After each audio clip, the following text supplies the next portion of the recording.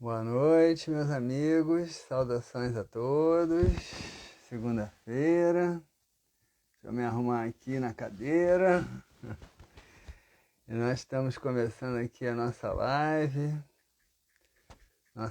semanal, esperando aí as pessoas irem chegando. Boa noite a todos que estão chegando, sejam bem-vindos, espero que vocês estejam recebendo bem aí o meu sinal. E hoje, né, quem viu a chamada que eu fiz no story do Instagram e do Facebook, viu lá, né, que eu estava meio na dúvida qual é o tema que a gente ia abordar hoje aqui, que a gente ia falar. Boa noite, Tatiana, seja bem-vinda. Boa noite, Neurivale, seja bem-vinda também. Boa noite, Lúcia. Sejam todos bem-vindos. Então, no story eu estava falando que eu não estava sabendo muito bem o tema que eu ia abordar hoje aqui, né?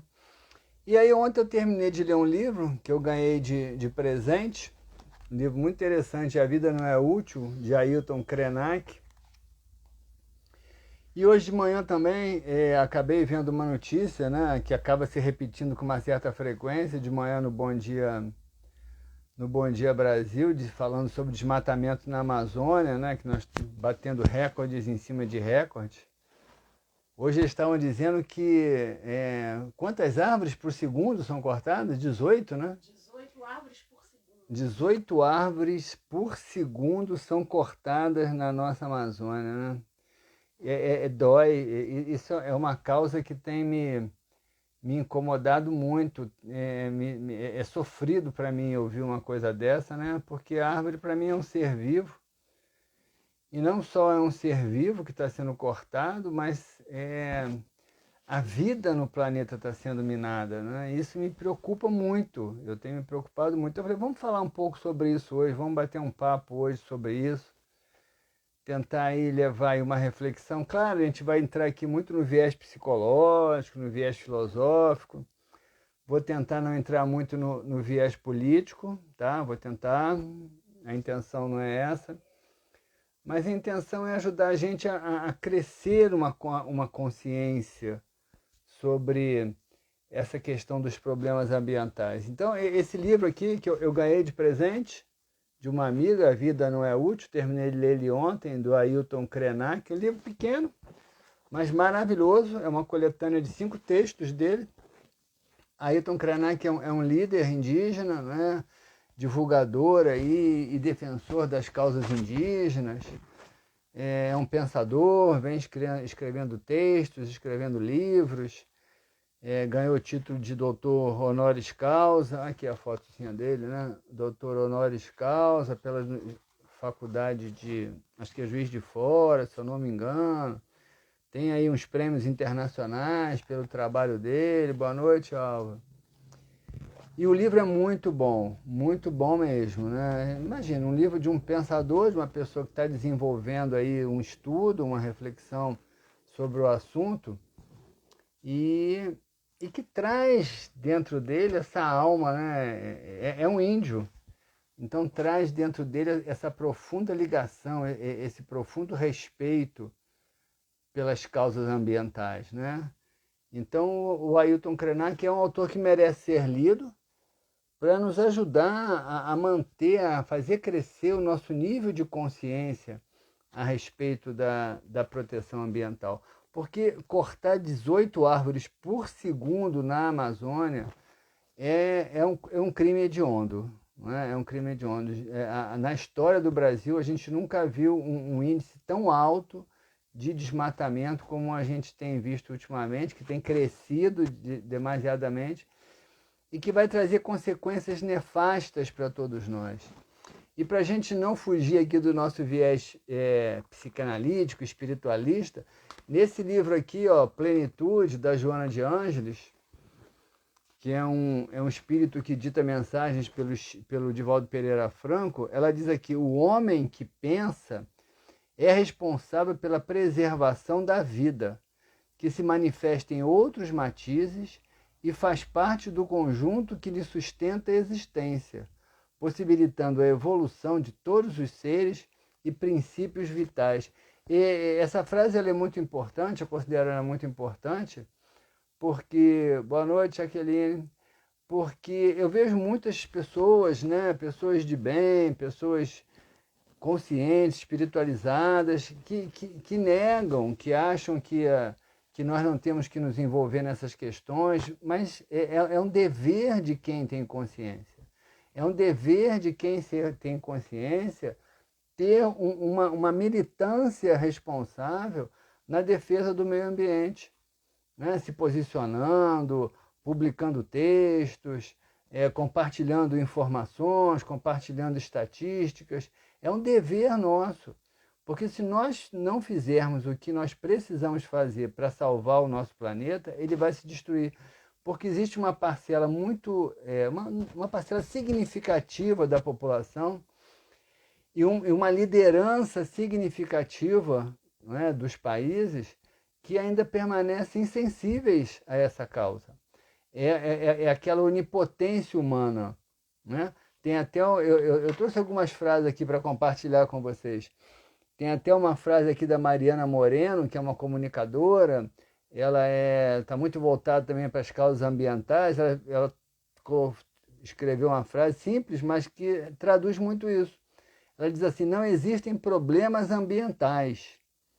Veja bem, não existem problemas ambientais, existem apenas sintomas ambientais de problemas humanos.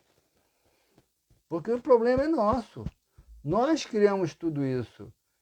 Criamos o quê? Essa destruição, no caso, né? Nós estamos destruindo tudo isso, reconstruindo essa frase. E se nós não botarmos um pé no freio nesse processo, ele vai nos levar à destruição do planeta. Hoje já existem dúvidas se esse processo de destruição é reversível. Eu ainda quero crer que porque a natureza nos surpreende sempre, né, com a sua capacidade de regeneração. Mas essa capacidade vai ter fim, porque nós estamos gastando demais a natureza. Essa ideia de crescimento econômico, ela se fundamenta em dois princípios que se fundamenta não, mas ela nos leva a duas situações que são altamente destrutivas para o planeta. Primeiro é retirar matéria-prima do planeta, né? Você tira matéria-prima que não se recicla, que mesmo quando se recicla não, se renova, matéria-prima que não se renova, mas que mesmo quando se renova, ela é retirada do planeta numa velocidade tão grande que o planeta não tem tempo de recuperar. E a segunda decorrência desse crescimento econômico descontrolado, que muitos prezam, é o lixo que é jogado em decorrência como subproduto do nosso consumo. Tem muitas pessoas que ainda acreditam que a única forma da gente evoluir, da gente ter emprego, da gente ter vida digna é o crescimento econômico. Mas se nós continuarmos nesse ritmo de crescimento econômico, nós não vamos ter vida para viver, nem para evoluir. E já existem hoje aí muitas teorias que mostram que o crescimento econômico não é tão necessário assim. Países do norte da Europa hoje vivem com crescimento econômico a zero. Porque entraram no nível, né, a gente de educação física, a gente chama isso de steady state. Aquele nível de equilíbrio. É um equilíbrio. Então, é claro que são países pequenos, são países com uma maturidade psicológica muito maior do que a nossa, mas nós temos que caminhar nessa direção, senão nós vamos destruir tudo e não vamos ter história para contar. O Ailton Krenak, ele vai dizer aqui, eu separei aqui duas frases dele para ler para vocês, só para vocês terem uma ideia. Ele diz assim, ó: fomos, durante muito tempo, embalados com a história de que somos a humanidade e nos alienamos desse organismo que somos parte, a Terra, passando a pensar que ele é uma coisa e nós outra, a Terra e a humanidade. Eu não percebo que exista algo que não seja natureza. Tudo é natureza, o cosmos é natureza, tudo em que eu consigo pensar é natureza. essa exacerbação do ego humano, né, que a gente chama de orgulho, de vaidade, fez com que o ser humano se sentisse a parte da própria terra, a parte da própria criação, como se ele fosse o dono desse planeta e pudesse usufruir dele a seu bel prazer, sem levar em consideração as consequências desse uso. É claro que durante um bom tempo, no início, quando tudo isso começa a acontecer, é claro que havia uma ignorância a respeito do fato. Com certeza, não se tinha noção exata das proporções aonde a gente ia chegar. Mas com o tempo essa consciência, os dados científicos começaram a surgir e a mostrar que nós estávamos num processo de autodestruição. Então, hoje é uma questão de sobrevivência, você se sentir parte de tudo isso. Você olhar para tudo isso e perceber que se a vida no planeta morre, nós morremos também. E por que nós ficamos tão alienados nesse processo, né? E aí o Ailton vai dizer aqui, estamos viciados em modernidade. A maior parte das invenções é uma tentativa de nós humanos nos projetarmos em matéria para além dos nossos corpos. Isso nos dá a sensação de poder, de permanência, a ilusão de que vamos continuar existindo.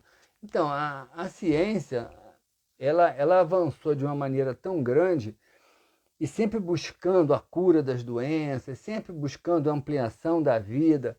Só que o ser humano, nesse afã dessa busca, ele imaginou, ele se iludiu na sua egolatria, na sua onipotência, ele se iludiu achando que poderia realmente constituir uma condição de vida para sempre. E eu não digo de vida eterna do espírito, mas de vida corporal, até porque o sistema não pensa a princípio sobre isso. Só que ele se perdeu nisso tudo. E ele começou a se viciar, conforme o Ailton fala, nessa modernidade. Só que quando você se vicia nessa modernidade, você se obriga o quê? A estar atualizando constantemente os bens de que você se utiliza.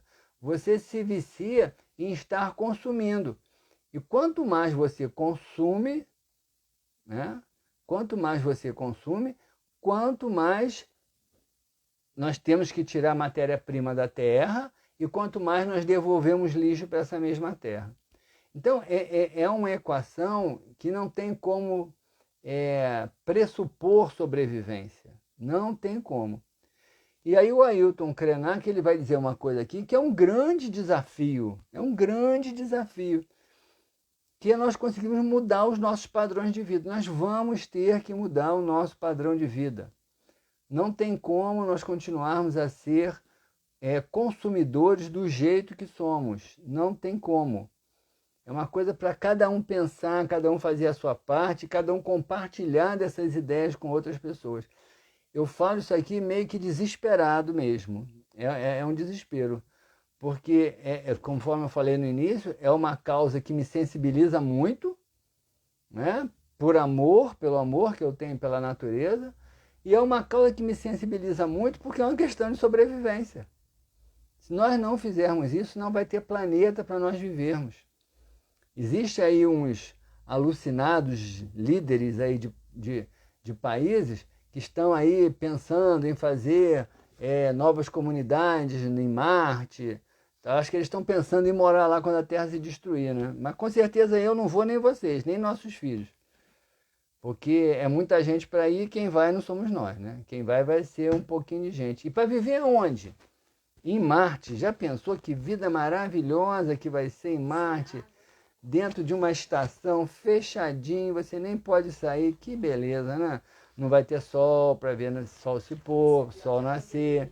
Não vai ter passarinho para a gente ouvir cantar. Não vai ter rio para a gente tomar banho. Não vai ter nada disso. Então, pelo amor de Deus, escutem esse sinal de alerta que a Terra está dando e que os cientistas já vêm falando aí a altos brados.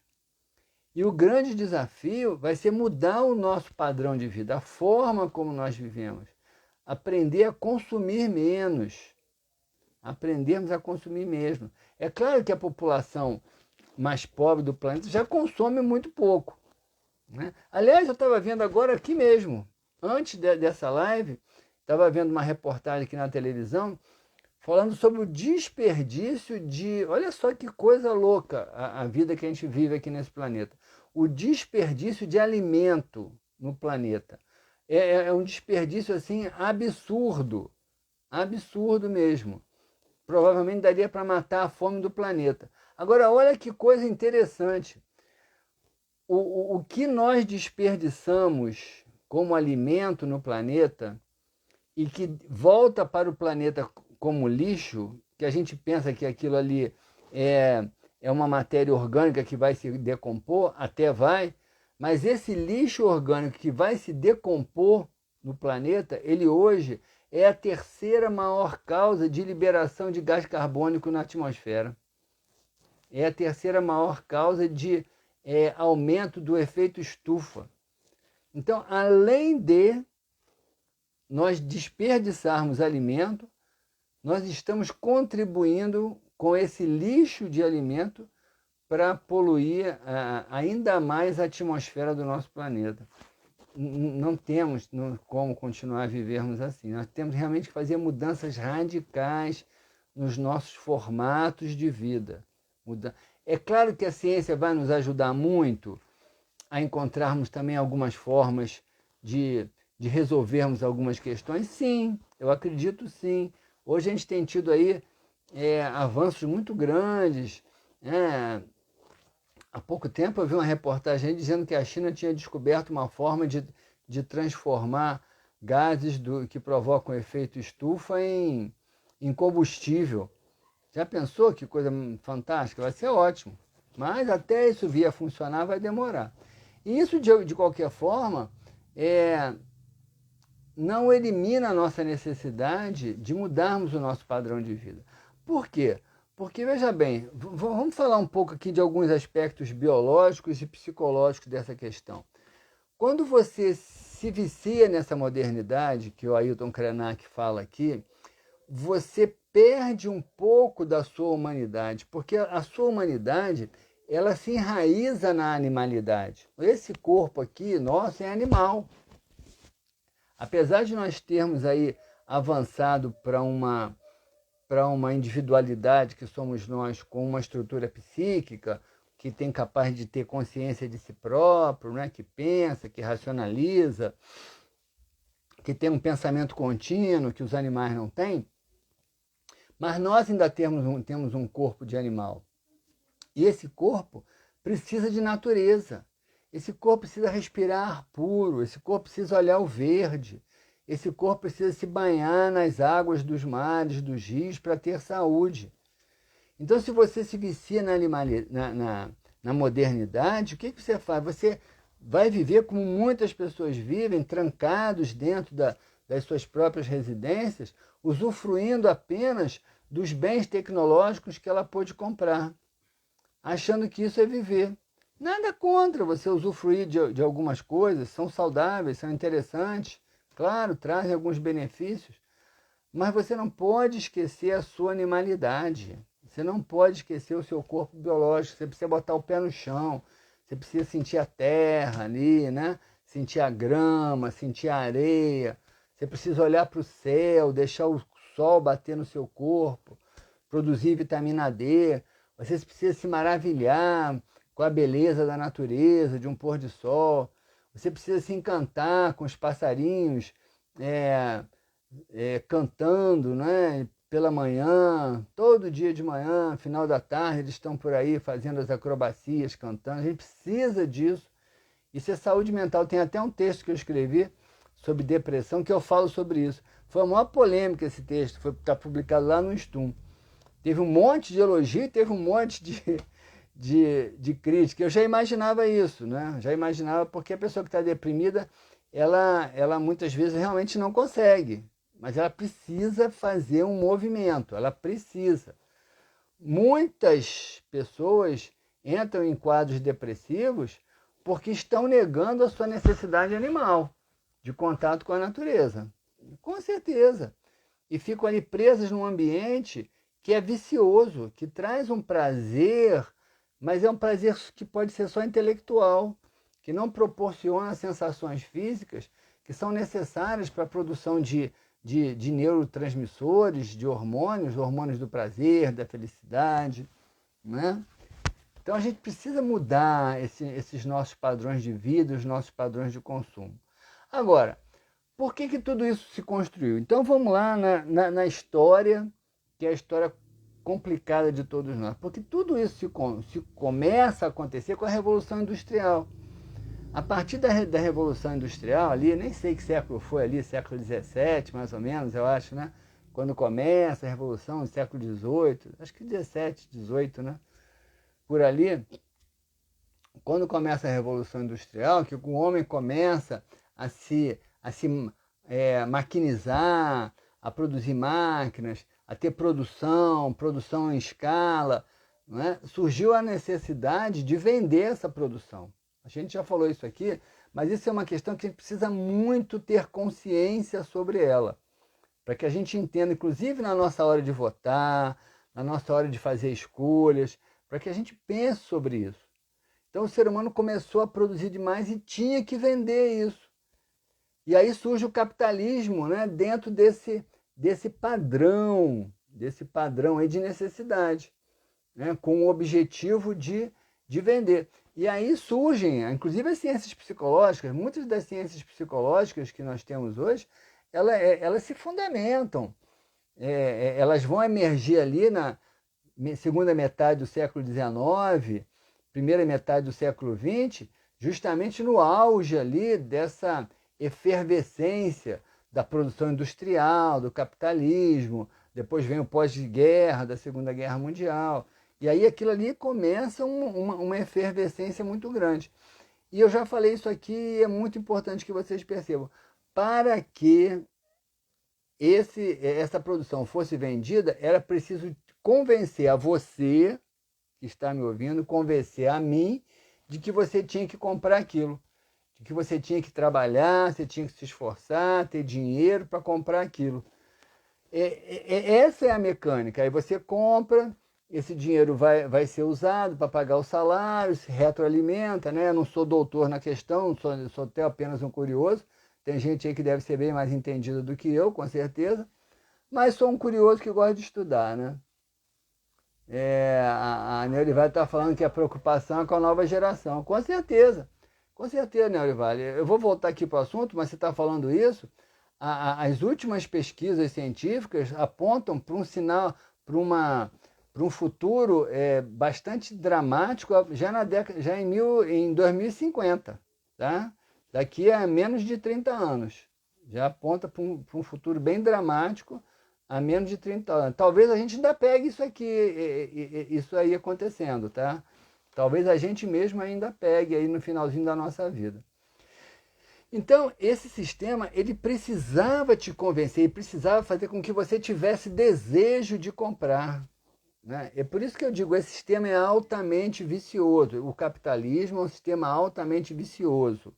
É um sistema que vai nos autodestruir. Tem até alguns aspectos interessantes, até tem alguma coisa, mas ele, nos moldes em que ele se apresentou ao longo do século XX, está até melhorando um pouco, tá? Está deixando de ser tão selvagem quanto foi.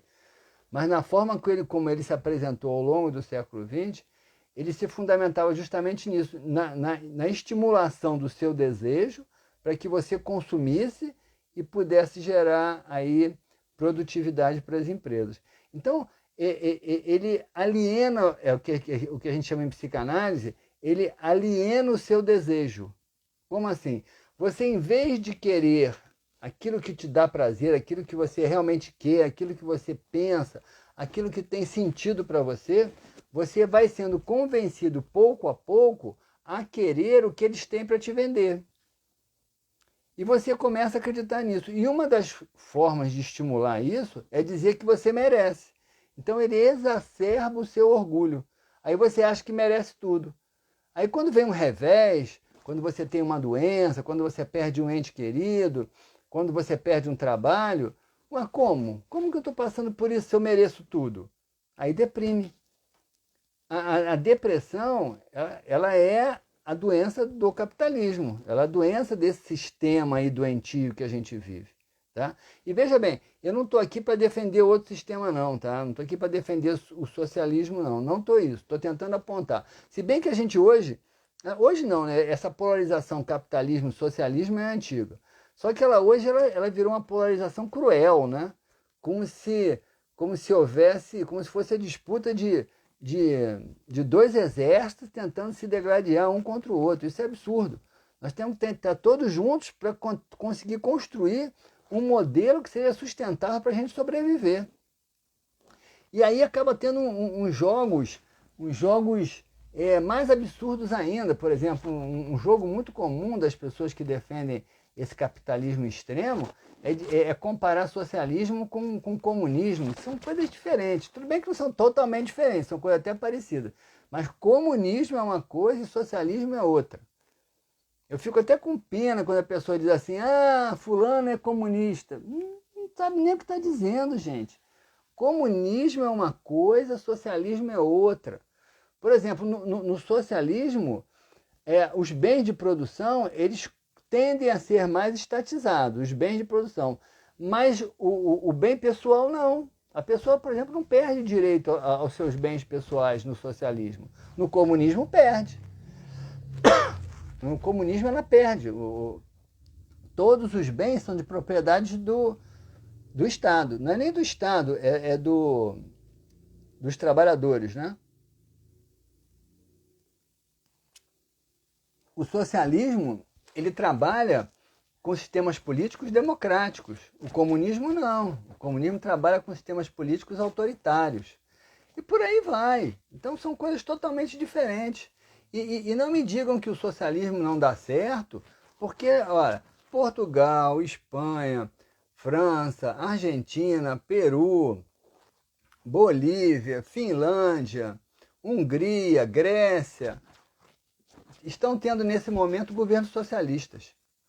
Estão tendo. E por aí vai. Podia fazer aqui uma relação de outros países. Né? É só procurar, vai lá no Google, procura lá que vocês vão encontrar. Então, cuidado para não entrar nessa briga, né? Porque uma das coisas que o sistema faz, quando tenta te convencer, é tentar te doutrinar ideologicamente. E uma forma de doutrinar ideologicamente, o Newton está falando aqui, eu já vou ouvir. E uma forma de doutrinar ideologicamente é te convencer, por exemplo, que outros sistemas que possam se opor ao atual sistema vigente são perigosos, são ameaçadores. E aí é só vocês procurarem. Tem muita gente aqui no Brasil que está querendo ir para Portugal. Quantos brasileiros foram para Portugal? Portugal é o país mais socialista da Europa. É o país mais socialista. Dentro dos padrões mais clássicos do socialismo, Portugal é um dos maiores. E tem muito brasileiro indo para lá e querendo ir para lá. Agora, quando chega aqui no Brasil, socialismo virou comunismo. Como se fosse a mesma coisa. Deixa eu ver. O Newton está falando aqui. Pera aí, Newton, vamos lá, vamos ver aqui. Socialismo é uma estrutura pública. Deixa eu te achar aqui, Newton. Disponível para todos. Comunismo é uma utopia, um mundo sem conflitos de classe. Portanto, nunca existiu na prática. Sim, o comunismo é muito ideológico, né? Hoje, a gente não tem um país comunista mais. Tem a Coreia do Norte. A China já não já está mista, né? Já está meio mista. A Rússia também está meio mista. E não exclui o capitalismo. Né? Praticamente, hoje, país comunista, no sentido clássico do termo, não existe. Newton está falando aqui, socialismo é uma estrutura pública disponível para o socialismo, não exclui o capitalismo. Isso que você está falando, Newton, é uma discussão complexa, né? Que o socialismo não exclui o capitalismo. Porque uma das questões do socialismo, que eu nem sabia direito sobre isso, mas fui dar uma pesquisada e fui ver, é que o socialismo também trabalha com a ideia do mérito, né? O comunismo não, cada um recebe de acordo com a sua necessidade. No socialismo, existe em alguns casos a questão do mérito. Cada um recebe de acordo com o seu mérito, que por um lado é justo, desde que aqueles que porventura não consigam atingir essa meta, sejam supridos nas suas necessidades, que é o que o socialismo faz, né? O socialismo tem esse olhar para o conjunto, tá? Mas eu não estou aqui, até parece que eu estou defendendo, né? Claro que eu estou defendendo um pouco, não tem como. Mas assim, eu sempre digo isso, para mim o problema não são os sistemas, até o capitalismo podia dar certo se os seres humanos que estão à frente do sistema fossem mais humanizados, tivessem realmente preocupação com outros seres humanos. Então é um absurdo que a gente hoje viva num mundo onde você pode ter 2 ou 3 televisões na sua casa, onde você pode comprar um celular aí de R$1.500, R$2.000 ou até de 7.000, dependendo do seu celular, e tem gente que não tem comida para comer amanhã de manhã. É um absurdo isso, gente. É um absurdo. É um absurdo que a gente possa aí usufruir de tantos benefícios e 18 árvores estão sendo cortadas por segundo na Amazônia, tirando o oxigênio que a gente vai respirar amanhã. Então isso é um absurdo. Isso tudo em cima de um sistema que alienou o nosso desejo, né? Então prestem muita atenção nisso. Quando você... Veja bem uma coisa importante psicológica dessa questão da alienação do desejo no capitalismo, tá? É que o desejo, ele é a sua marca como indivíduo. O Álvaro também está falando alguma coisa. O Álvaro está falando aqui? Quando existem empresas privadas, existe capitalismo. Quando existe empresa privada, existe... É assim, isso aí. Né? Os bens de produção são públicos, né, Álvaro? É isso mesmo. Então, a alienação do desejo é um problema muito sério, por vários motivos. Porque o desejo, ele caracteriza a sua individualidade. Quem faz você ser como você é a capacidade de desejar alguma coisa. O seu desejo é próprio. Ele é pessoal, ele é todo seu. E é importante que ele faça sentido para você, porque o desejo que tem sentido quando realizado, ele te proporciona um prazer que traz saúde, que traz bem-estar para você.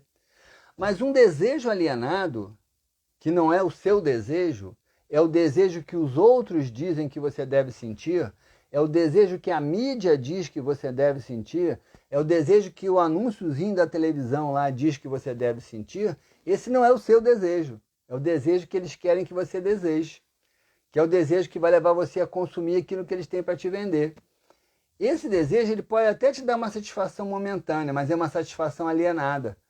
Alienada por quê? Porque ela não está ligada ao seu desejo real. Então ela não vai ter a capacidade de te trazer bem-estar, saúde, prazer real, como o desejo que é seu, que é individual. Então isso é uma fonte de doença, não é à toa que a gente vive aí uma crise de doenças mentais jamais vista. A quantidade de medicamentos psicoativos que são vendidos nas farmácias hoje, que as pessoas consomem, é absurdo. As pessoas não dormem mais. A quantidade de pacientes que faz uso de medicamentos para dormir é enorme. O Álvaro, o Newton está concordando com o Álvaro. É enorme. Isso tudo são sequelas dessa estrutura de vida doentia que a gente vive. Então a gente vai precisar mexer nisso. E ainda tem uma outra questão, que quando o seu desejo começa a ser alienado e comandado por um agente externo, que no caso aí são as mídias que estão a serviço da produção, esse desejo ele começa a obedecer a ordem, ele começa a se acostumar a obedecer a ordens. E ele vai se transformando num desejo de rebanho. Aí alguém um dia dá uma ordem lá em cima, todo mundo segue, cego, naquela direção, porque está acostumado. Acostumou a fazer isso. Desacostumou de parar e pensar, é isso que eu acredito? É isso que eu realmente penso? É isso que eu quero? Perdeu esse hábito, perdeu o contato com a própria essência, perdeu o contato com o próprio sentido de indivíduo. Né? O que é indivíduo? Aquele que não se divide.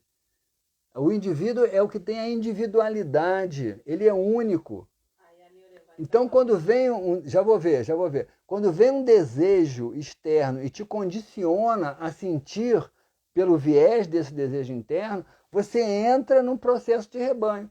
Para onde disserem vá para lá, você vai. É, manipulação. O que você está dizendo? Eu estou manipulando? Não, né, Neurivar? Não, ela está falando Da manipulação, é. Da manipulação.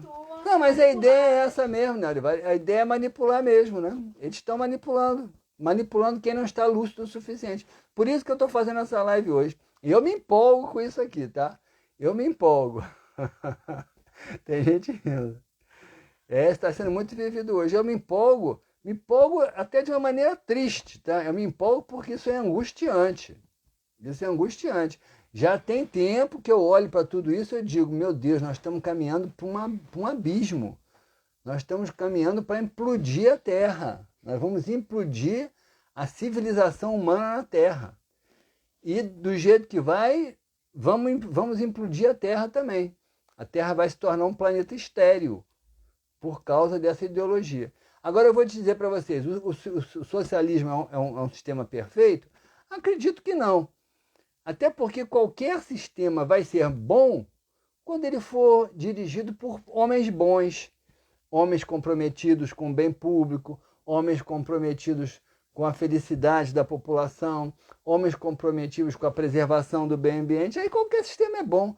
Até o capitalismo, porque aí não, a gente vai ter uma outra forma mais humanizada de viver tudo isso. É possível isso? Sim. Hoje em dia tem aí umas teorias aí novas. Eu não estou muito familiarizado, mas eu sei que existem aí teorias novas que trazem aí propostas, projetos, né? De sistemas políticos. Claro que tem muita história. O problema é se nós vamos ter tempo para esperar essa história acontecer. Né? Então, cada um tem que fazer a sua parte, cada um tem que estar ligado no seu pensamento. A gente tem que iluminar a nossa mente para que ela ganhe autonomia. Autonomia é fundamental. Quem é que não vai gostar, Alva? As pessoas que estão ouvindo? Quem que não vai gostar? Aí eu não sei o que foi que eu falei, que você concluiu aí que as pessoas que não vão gostar. Mas quem não vai gostar mesmo, né, são essas pessoas que se acostumaram com esse vício da modernidade. Né? Essas não vão gostar. Mas quando a gente trava essa luta por esses ideais, de alguma forma a gente está lutando por elas também. A questão do lucro é muito complicada. Sim, é muito complicada, né? Imagino. Quando a gente trava essa luta, né, a gente está inclusive lutando por essas pessoas, porque a hora que a terra acabar, elas também não vão ter onde morar.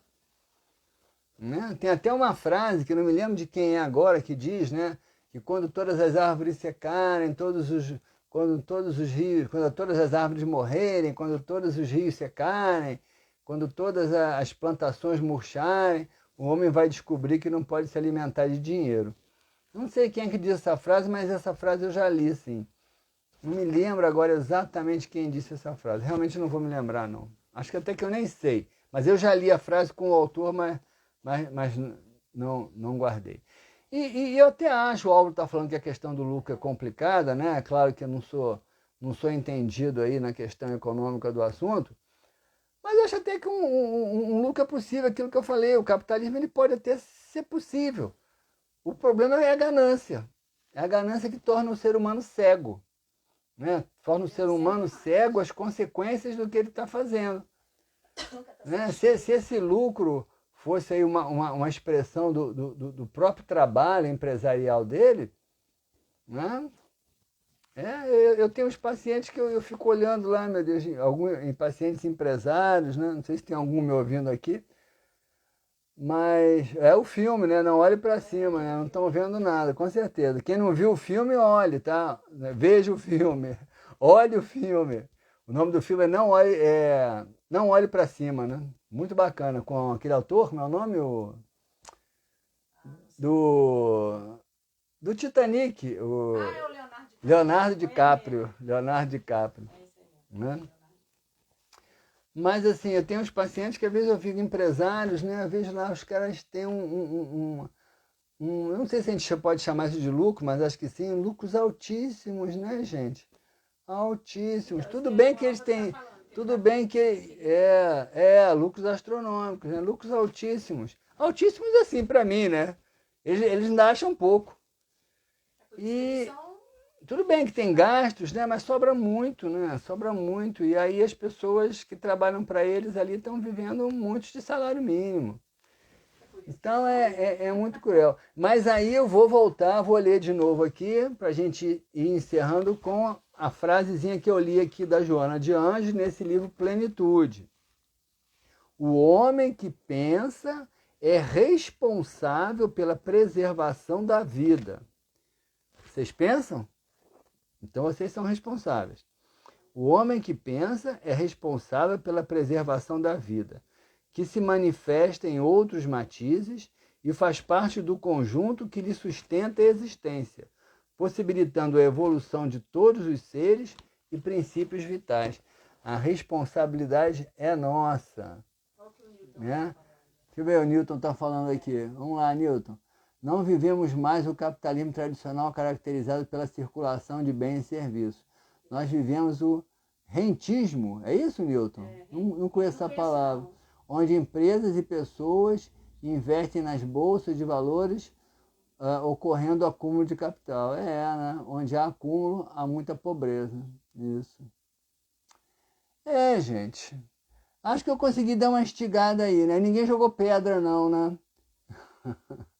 Pesquisar aqui, foi um cacique norte-americano, uma carta de 1885 que falou do esgotamento dos recursos. Aquela frase que eu falei, né, Alvo? Foi um cacique. Aliás, essa carta é fantástica, tá? Estou me lembrando. Eu não me lembrava que essa frase era dessa carta. Eu já li essa carta também. Mas, assim, aqueles que ainda jogam pedra, né?